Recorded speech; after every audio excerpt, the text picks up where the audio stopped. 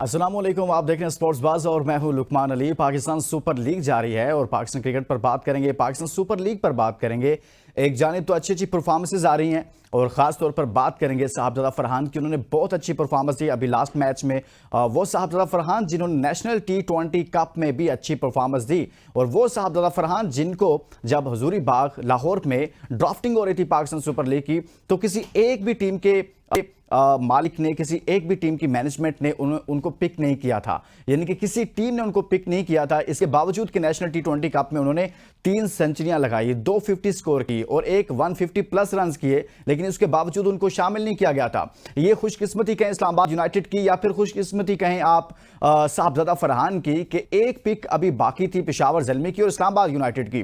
बिल्कुल आखिरी मौका पर मैच शुरू होने से कुछ टाइम कबल, कुछ दिन कबल उनको पिक किया जाता है, साहबजादा फरहान को पिक किया जाता है। वो भी तब जब चारों तरफ से आवाजें उठ रही थी कि भाई साहबजादा फरहान का कसूर क्या है, उसने क्या गलत किया है, अच्छी परफॉर्मेंसेस दी हैं तो कोई टीम उसको पिक क्यों नहीं कर रही है। लेकिन इस्लामाबाद यूनाइटेड ने उसे पिक किया और फिर लास्ट मैच में अभी उसने एक जबरदस्त परफॉर्मेंस दी, 106 रन बनाए और इस्लामाबाद यूनाइटेड की तरफ से एक बड़ा टारगेट जो रखा गया पेशावर ज़ल्मी के सामने, उसमें एक कलीदी किरदार अदा किया। साहबजादा फरहान की परफॉर्मेंस ने उन सब लोगों की आंखें खोल दी हैं जो लोग कहते हैं पाकिस्तान में टैलेंट नहीं है, जो लोग कहते हैं कि पाकिस्तान में क्रिकेट अब खत्म हो रही है। ऐसा नहीं है, बल्कि आंखें खोलने की जरूरत है। जो मनसब पर बैठे हुए लोग हैं उनको जरा सा अपनी आंखों पर जो पट्टी बांधी हुई है उसको उतारने की जरूरत है और फिर देखने की जरूरत है कि जो लड़के अच्छी परफॉर्मेंसेस देते हैं उनको क्यों मौके नहीं दिए जाते। तो साहबजादा फरहान ने अच्छी परफॉर्मेंस दी है। आज के शो में इस पर भी बात करेंगे। साथ में सरफराज अहमद ने हमारे साथ एक इंटरव्यू में बहुत सारी बातें की हैं, वो बातें किस तरफ इशारा कर रही हैं उस पर बात करेंगे। क्या सरफराज अहमद रिटायरमेंट से मुतालिक सोच रहे हैं या फिर अभी सरफराज अहमद मजीद खेलना चाहते हैं, लेकिन पाकिस्तान क्रिकेट बोर्ड उनके हवाले से क्या दरवाजे बंद करता जा रहा है। ना सिर्फ क्रिकेट बोर्ड बल्कि कोयटा ग्लैडिएटर्स भी उनके साथ क्या कर रही है, इस पर भी बात करेंगे क्योंकि उन्होंने हमारे इंटरव्यू में बहुत सारी बातें की हैं। और एक और खबर है उस्मान तारिक से मुतालिक। कोयटा ग्लैडिएटर के बॉलर हैं और उनका बॉलिंग एक्शन रिपोर्ट हुआ है और यह भी बड़ी खतरे की घंटी है कोयटा ग्लैडिएटर्स के लिए। लाहौर कलंदर्स के खिलाफ जो मैच जारी था उस दौरान ऐसा हुआ, अंपायर एहसन रजा ने, क्रिस ब्राउन ने उस्मान तारिक का एक्शन रिपोर्ट किया है और उस्मान तारिक अगर दोबारा रिपोर्ट हुए तो इनको बॉलिंग से रोक दिया जाएगा और फिर उसके बाद इनको ICC की जो मंजूर शुदा लैब है उससे क्लियरेंस लेना पड़ेगी और काम बहुत ज्यादा लंबा हो जाएगा और इनके लिए मुश्किलात हो सकती हैं। बात करते हैं, हमारे साथ मौजूद हैं आज के शो में बात करने के लिए अरसलान जट, स्पोर्ट्स एनालिस्ट हैं।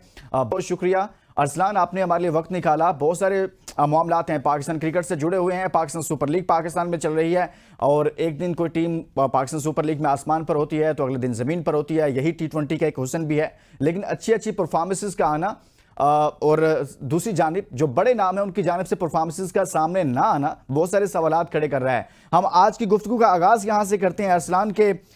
जब हम बात करते हैं अच्छी परफॉर्मेंसेस की तो साहबजादा फरहान से आगाज कर लेते हैं। फरहान को तो किसी टीम ने पिक ही नहीं किया था जो पहली ड्राफ्टिंग हुई थी, लेकिन रात जिस तरह से उसने बैटिंग की है कमाल की बैटिंग करके, आप नहीं समझते कि उसने उन सब लोगों को एक जोरदार जनाटा दिया है कि भाई मेरी परफॉर्मेंसेस, मैं अपनी परफॉर्मेंसेस की वजह से कुछ भी कर सकता हूं, लेकिन क्यों नहीं मुझे पिक किया गया, उन सब लोगों पर सवाल खड़ा कर दिया उसने। देखें लुकमान, हम आपके ही शो में और आप भी बारहा साहबजादा फरहान की बात कर चुके हैं और मैं भी जब उन्हें टीम से बाहर किया गया था अभी रिसेंटली, जब नए लड़कों को ले गए थे तो मैंने उस वक्त भी ये जिक्र किया था कि साहबजादा फरहान को जिस तरह से टीम में लाया गया और जिस तरह से मौके दिए गए, 5वें 6ठे नंबर पर जाकर उन्हें मौका दिया गया। वो एक ओपनर हैं लेकिन बाबर और रिजवान के लिए जो है उन्हें बहुत नीचे खिला के और वहां पे वो परफॉर्म नहीं कर सके और उन्हें टीम से बाहर कर दिया गया उस बुनियाद पे। बाकी प्लेयर्स को एक लंबा जो है वो टाइम दिया जाता है, लेकिन उसके साथ ऐसा नहीं हुआ और उसकी आप यहाँ पे देखें कि उसने उसके बावजूद, यानी कि आपका वो टॉप परफॉर्मर है और PSL में हमेशा से मैं बात करता हूँ कि पाकिस्तान की फ्रेंचाइज जो हैं वो हमेशा अपना फायदा देखती हैं, अपनी यारी दोस्ती देखती हैं, तल्लक वास्ते देखती हैं। आप शुरू दिन से 10 सीजन हो गए, उठा के देख लें कि एक ही कैटेगरी की टीम जो है वो चली आ रही होती है। मर्जी से प्लेयर्स की कैटेगरीज जो हैं वो अपग्रेड भी करवा ली जाती हैं, डाउनग्रेड भी करवा ली जाती हैं अपने मफादात को देखते हुए। लेकिन जब इन परफॉर्मर्स की बात आती है तो वहां पर उन्हें जो है सिर्फ और सिर्फ मार्केट प्रोडक्ट चाहिए होती है जो उनको बेच सके, जिसके ऊपर उनका मंजन बिक सके। अनफॉर्चुनेटली साहबजादा फरहान का तल्लक जो है उस कैटेगरी में नहीं आता, इस वजह से उन्हें भी पिक नहीं किया गया। आल्दो के इससे पहले लाहौर कलंदर ने उन्हें मौका दिया, लेकिन उसके बाद रेगुलरली से उन्हें सिलेक्ट होना चाहिए था। इवन कौमी टीम के अंदर भी, पीएसएल के अंदर भी वो नहीं हो सके, लेकिन अपनी परफॉर्मेंस से उन्होंने साबित किया, और जिस तरह से उन्होंने सेंचुरी स्कोर की, उन्होंने एक बार फिर से बता दिया कि पाकिस्तान टीम के अंदर जो ओपनर्स लेके आप बैठे हुए हैं उनसे कहीं तगड़ा बड़ा ओपनर हूं मैं, और अगर किसी ने उस स्लॉट पे बैठना है तो मेरे साथ मुकाबला करना है। लेकिन हमारे यहाँ क्या है कि वो एक फिक्स ऐसे 2 ओपनर बिठा दिए गए हैं कि उसके अलावा किसी तीसरे का नाम जो है वो आता ही नहीं है। अगर आए तो उसे हम जो है वो निचले वाले नंबरों पे ले जाते हैं, जहाँ पे वो परफॉर्म ना कर सके और अल्टीमेटली टीम से आउट हो जाए। तो अनफॉर्चुनेटली तो साहबजादा ये तो फरहान के बहुत साथ भी फिर ऐसे ही हुआ ना कि बाबर रिजवान ने खुद ओपन करने के लिए उनको जब एक चांस दिया भी गया ऑस्ट्रेलिया टूर में, तो आपने उसको ऐसे नंबर पर खिलाया जिस नंबर पर उसने कभी बैटिंग की ही नहीं है। तो ये कैसे कर लेते हैं कि एक बंदा पूरी कायद-ए-आज़म ट्रॉफी खेलता है या फिर नेशनल टी20 कप खेलता है, चैंपियंस कप खेलता है, तमाम जो आपके डोमेस्टिक के फॉर्मेट्स हैं उनमें खेलता है और वो ओपन करता है, लेकिन जब आप उसको कौमी क्रिकेट टीम में कभी एक चांस देते हैं तो आप उसका नंबर चेंज कर देते हैं। तो अरसलान, क्या नंबर चेंज करने से प्लेयर की परफॉर्मेंस मुतासिर होती है? तो ये अगर होती है तो फिर ये मैनेजमेंट को नजर क्यों नहीं आती? देखिए लुकमान, हमारे यहाँ इशू ये है ना कि जब किसी को टीम में एडजस्ट नहीं होने देना, उसके साथ किया ये जाता है कि उसको टीम में अगर लेके आया जाता है तो उसके साथ उसको या तो कुछ ऐसी कंडीशंस के अंदर जो है वो ले जाते हैं जहाँ पे वो परफॉर्म ना कर सके, या उसको ऐसे नंबर पर बैटिंग करवाई जाती है कि वो उस तरह से परफॉर्म ना कर सके। देखें, जो नया लड़का आता है उसको आपने कॉन्फिडेंस देना होता है, उसको आपने स्पेस देनी होती है, और जहाँ पे परफॉर्म करता है आपने उसी नंबर पे उसको बैटिंग देनी होती है। लेकिन अनफॉर्चुनेटली ये वाहिद दुनिया की वाहिद पाकिस्तान क्रिकेट टीम है कि जहाँ पे हमारे सीनियर्स कहते हैं कि हमारे नंबर्स को कुछ नहीं होना चाहिए। आपको भी याद है कि जिस तरह से रिजवान ने कहा कि मैं नंबर 4 पे, जब उसके इवन के बाबर कप्तान थे तो उस वक्त भी उन्होंने क्लियर कट प्रेस कॉन्फ्रेंस के अंदर भी इस चीज का इजहार किया था कि मैं 4 नंबर पे कंफर्टेबल हूँ।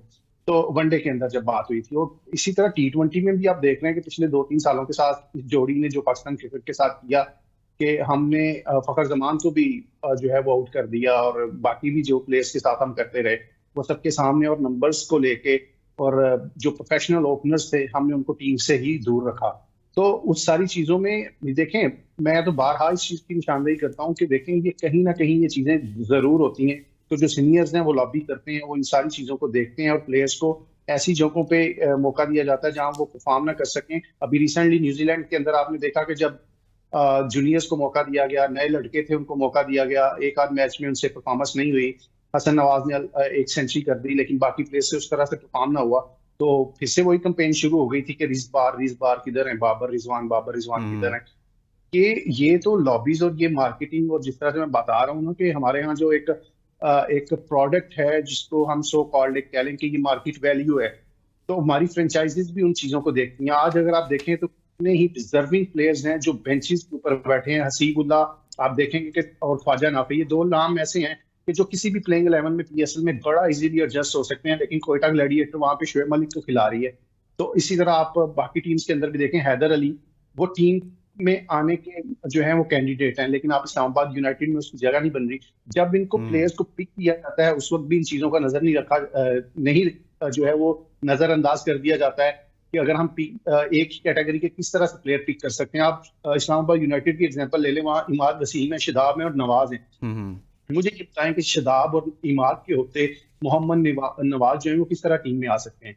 इसी तरह बाकी टीमों के अंदर चले जाएं, मोहम्मद वसीम जूनियर जो हमारा जो है हमें हेल्प कर सकते हैं, डेथ ओवर्स में बड़ी अच्छी बॉलिंग भी करते हैं, और पाकिस्तान टीम बहुत लैग कर गेम्स में अब कोयटा के बेंच पे बैठे हुए हैं। तो ये सारी कोयटा ग्लैडिएटर्स में बहुत सारी चीजें चल रही हैं। हमने कोयटा ग्लैडिएटर्स के साबिक कप्तान और डायरेक्टर सरफराज अहमद साहब का इंटरव्यू किया, और वो इंटरव्यू एबीएन न्यूज़ पर नशर भी हुआ। उन्होंने जो कुछ कहा उस पर भी आज हम करेंगे कि वो किस तरफ इशारा कर रहे थे, क्या चल रहा है कोयटा ग्लैडिएटर्स के साथ में, और कोयटा ग्लैडिएटर्स में सरफराज अहमद के साथ क्या हो रहा है। एक ब्रेक के बाद हमारे साथ रहेगा। Welcome back. ब्रेक पर जाने से पहले हमने बात की साहबजादा फरहान की जबरदस्त शानदार परफॉर्मेंस पर, लेकिन अब कुछ बात करेंगे कोयटा ग्लैडिएटर्स और बाकी टीमों की भी बात करेंगे। लेकिन कोयटा ग्लैडिएटर्स में क्या चल रहा है, हमने कोयटा ग्लैडिएटर्स के डायरेक्टर सरफराज अहमद साहब का एक इंटरव्यू किया। वो इंटरव्यू एबीएन न्यूज़ पर नशर हुआ, और इस इंटरव्यू में वो क्या कह रहे थे, किस तरफ इशारा कर रहे थे, उस पर भी मजीद बात करेंगे। खासतौर पर उन्होंने अपने हवाले से बात की, शुएब मलिक से मुतालिक बात की, और फिर साथ में जो कुछ सऊद शकील को कप्तान बनाने के हवाले से बात की। तमाम बातों का आज के इस प्रोग्राम में उसका अहाता करेंगे, लेकिन एक शॉट आपके सामने रखते हैं कि सरफराज अहमद क्या कह रहे हैं, उसके बाद मजीद बात करते हैं। देखिए, मैंने ये कभी भी नहीं कहा, जब भी मैं आप पुराने भी इंटरव्यू उठा के देख लें, हर क्रिकेटर की ख्वाहिश जरूर होती है कि यार वो क्रिकेट खेलता है तो पाकिस्तान के लिए खेले। मैं अपना सामान लेके आया हूँ, पूरा किटबैग और प्रैक्टिस वगैरह भी कर रहा हूँ। जहाँ मौका लगा हो सकता है खेलते हुए भी नजर आ जाऊँ।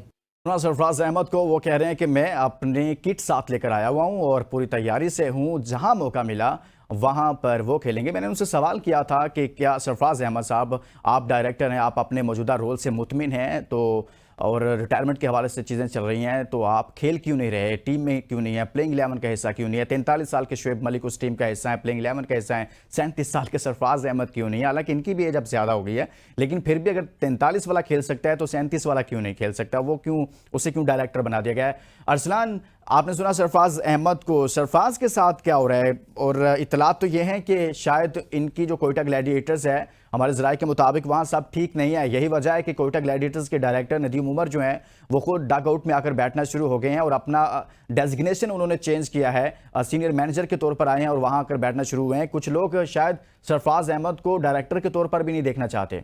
देखें लुकमान, अगर आप कोयटा ग्लैडिएटर्स की बात करें और उनका जो डग आउट है, वहां पे जो मैनेजमेंट है उसकी बात करें, तो उसका ताल्लुक जो है वो सिर्फ पीएसएल तक नहीं है। वो पीएसएल के बहुत पहले से जो पाकिस्तान क्लब है वहां से वो चलते आ रहे हैं। और सरफराज ने अपनी सारी उम्र, जो जितनी अंडर एज क्रिकेट है वहां से वो खेलते हुए बिल्कुल ऊपर आए।